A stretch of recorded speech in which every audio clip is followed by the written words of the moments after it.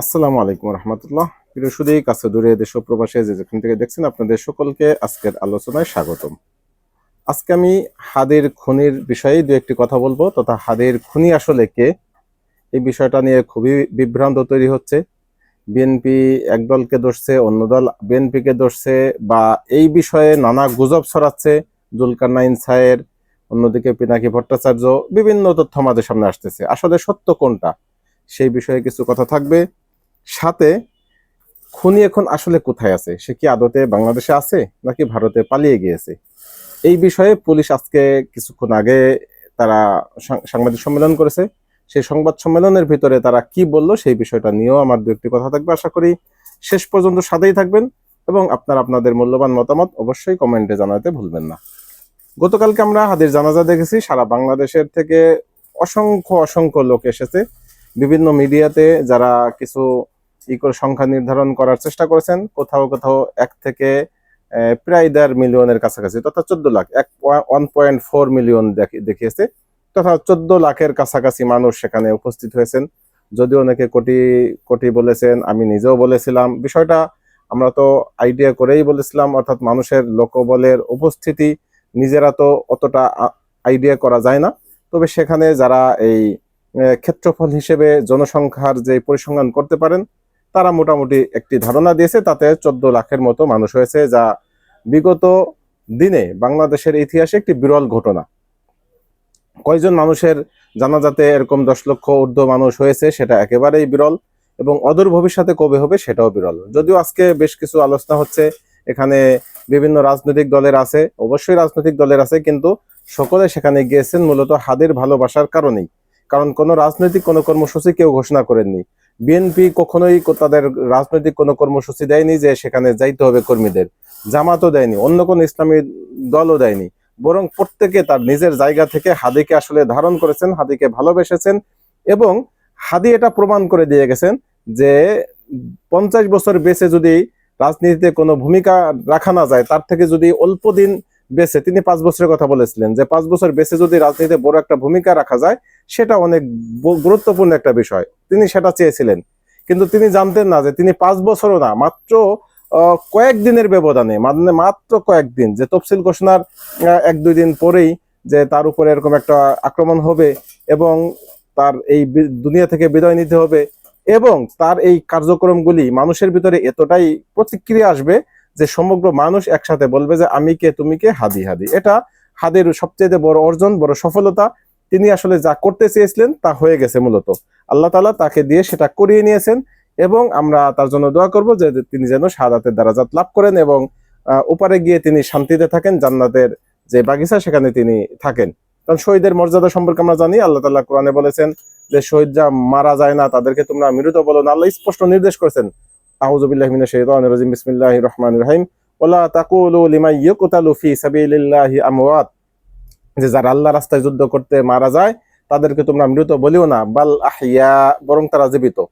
হ্যাঁ, তো আল্লাহ তাআলা নিজে বলতেছেন যে শহীদরা জীবিত, এই মারা এই মর্তবা যেন তিনি পান, সেই প্রার্থনা আমরা করছি।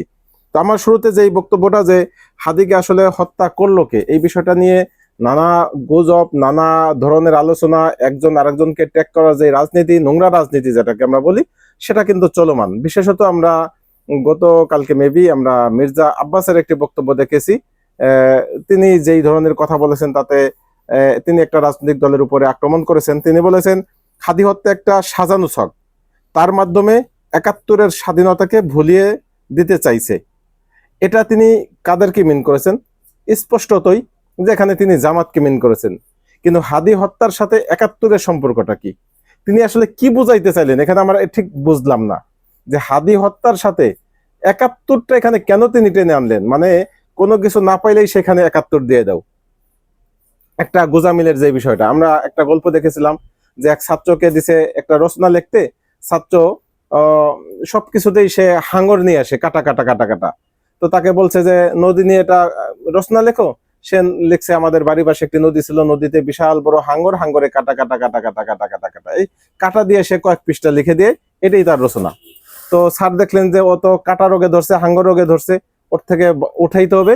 তো দিলেন যে এবার নদী আর দেবো না, এবার দেবো রাস্তা রচনা। দিলেন রাস্তা রচনা লিখতে।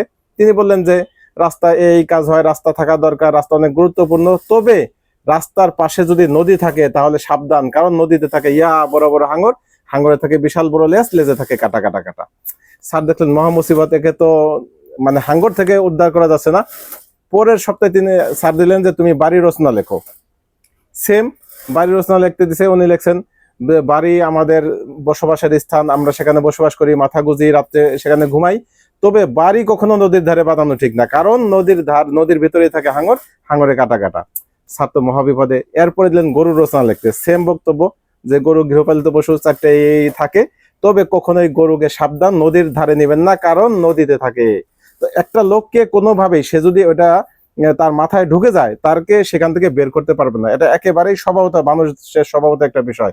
তো মির্জা আব্বাসের সেরকম ৭১ ঢুকে গেছে কিনা, যে মানুষকে আঘাত করতে হলে ৭১ দিয়ে আঘাত করবেন, যেটা বিগত ৫৪ বছর আমরা এই বিষয়টা আওয়ামী লীগকে দেখেছি, যা কিছু করেছে ৭১ টেনে এনেছে। ইভেন এই ২৪-এর গণ আন্দোলনের সময় ছাত্ররা যখন আন্দোলন করলেন, তখন ছাত্রদেরকে রাজাকারের বাচ্চা বললো, রাজাকারের বাচ্চা বলে গালি দিয়ে মুহূর্তের ভিতরে কিন্তু তার গদি উল্টে গেল। মানে একটা বকা, একটা গালি, মানুষের ভিতরে এতটাই প্রতিক্রিয়া আসলো যে শেখ হাসিনার গদি তছনছ হয়ে সে বাংলাদেশে থাকার মতো পরিস্থিতি হলো না। বাংলাদেশে ইতিপূর্বে অনেক শাসকের পতন হয়েছে, কিন্তু কোনো শাসককে পালিয়ে যেতে হয়নি। শেখ হাসিনার অবস্থা এতটাই জঘন্য হলো যে এই গালিটা তিনি এমন ভাবেই ব্যবহার করেছেন যে বাংলাদেশে তিনি থাকতে পারলেন না।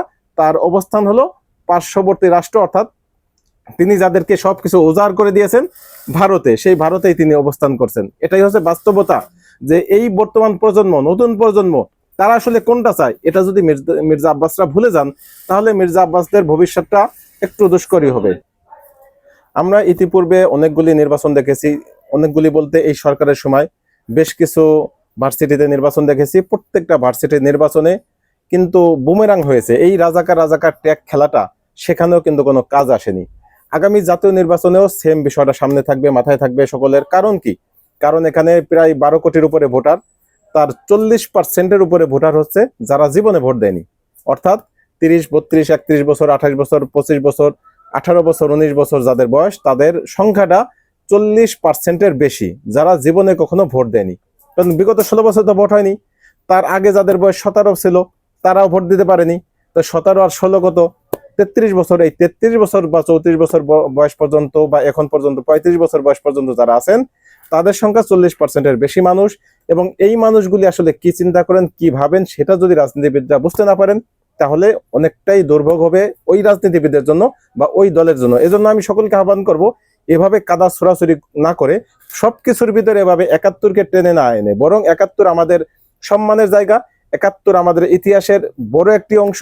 ৭১ যেমন সম্মানের, আমাদের ঠিক ৪৭ আমাদের সম্মানের, ইতিহাসের একটি পার্ট, ঠিক ২৪ আমাদের কাছে সম্মানের, ইতিহাসের একটা পার্ট। প্রত্যেকের মর্যাদা ভিন্ন ভিন্ন, প্রত্যেকের অবস্থান ভিন্ন ভিন্ন। আপনি বড় ভাইয়ের সাথে বাপের সম্মান কখনোই মেলানো যাবে না। তার মানে বড় ভাই কি অসম্মানের পাত্র? সেটা তো নয়। বাপের স্থান বাপের জায়গায়, বড় ভাইয়ের স্থান বড় ভাইয়ের জায়গায়। ঠিক তেমনি ভাবে আমরা যদি ৭১-কে ৭১-এর জায়গায় রাখি, এবং ২৪-কে ২৪-এর জায়গায় রাখি, ৪৭-কে ৪৭-এর জায়গায় রাখি, তাহলে কিন্তু এই কাদা ছোড়াছুড়িগুলি হবে না। কার কি ভুল, ইতিহাসে কার কতটুকু অবদান, সেগুলি মানুষ অবশ্যই মূল্যায়ন করবে, নির্বাচনের ক্ষেত্রে সেগুলি দেখবে। তবে সবচেয়ে বড় যে বিষয়টা দেখবে, সেটা হচ্ছে আপনার কর্মপন্থা, আপনার কর্ম পরিকল্পনা, আপনি মানুষের সাথে কিভাবে ব্যবহার করতেছেন, মানুষকে কিভাবে আপনি সম্পৃক্ত করতে পারতেছেন, মানুষকে আপনি কি স্টার দিচ্ছেন, এবং ভবিষ্যতে আপনি কি করবেন, এই আস্থাটা মানুষের থেকে আদায় করাটা অনেক জরুরি। এজন্য এই মির্জা আব্বাস যে কথাটা বললেন, এটা খুবই দুঃখজনক একটি বিষয়। অন্যদিকে আমরা আজকে যে একটি বিষয় দেখলাম, সেটা আরো ভয়ঙ্কর একটা বিষয়। আজকে আমরা দেখলাম যে পুলিশের পক্ষ থেকে, অর্থাৎ স্বরাষ্ট্র মন্ত্রণালয়ের পক্ষ থেকে একটি করা হয়েছে, সংবাদ সম্মেলন করা হয়েছে, যেখানে পুলিশের অতিরিক্ত আইজিপি খন্দকার রফিকুল ইসলাম তিনি কথা বলেছেন। তিনি বলেছেন, শরীফ ওসমান হাদির উপর গুলি চালানো ফয়সালের ভারতে পালিয়ে যাওয়ার ঘটনা প্রচার কৌশল হতে পারে। অর্থাৎ এই ফয়সাল যে ভারতে চলে গেছে, এরকম একটা প্রচারণা চালানো, এটা একটা কৌশল হতে পারে। অর্থাৎ উনি ইন্ডিকেট করছেন এরকম যে হয়তো ফয়সাল বাংলাদেশেই আছে, তাকে গোপন রাখার জন্য, তাকে ঢেকে রাখার জন্য পুলিশ প্রশাসন যেন বাংলাদেশের ভিতরে তাকে না খোঁজে, এরকম একটা চিন্তার চেতনা জায়গা থেকে হয়তো একটা কৌশল অবলম্বন করতে পারে যে সে ভারতে পালিয়ে গিয়েছে।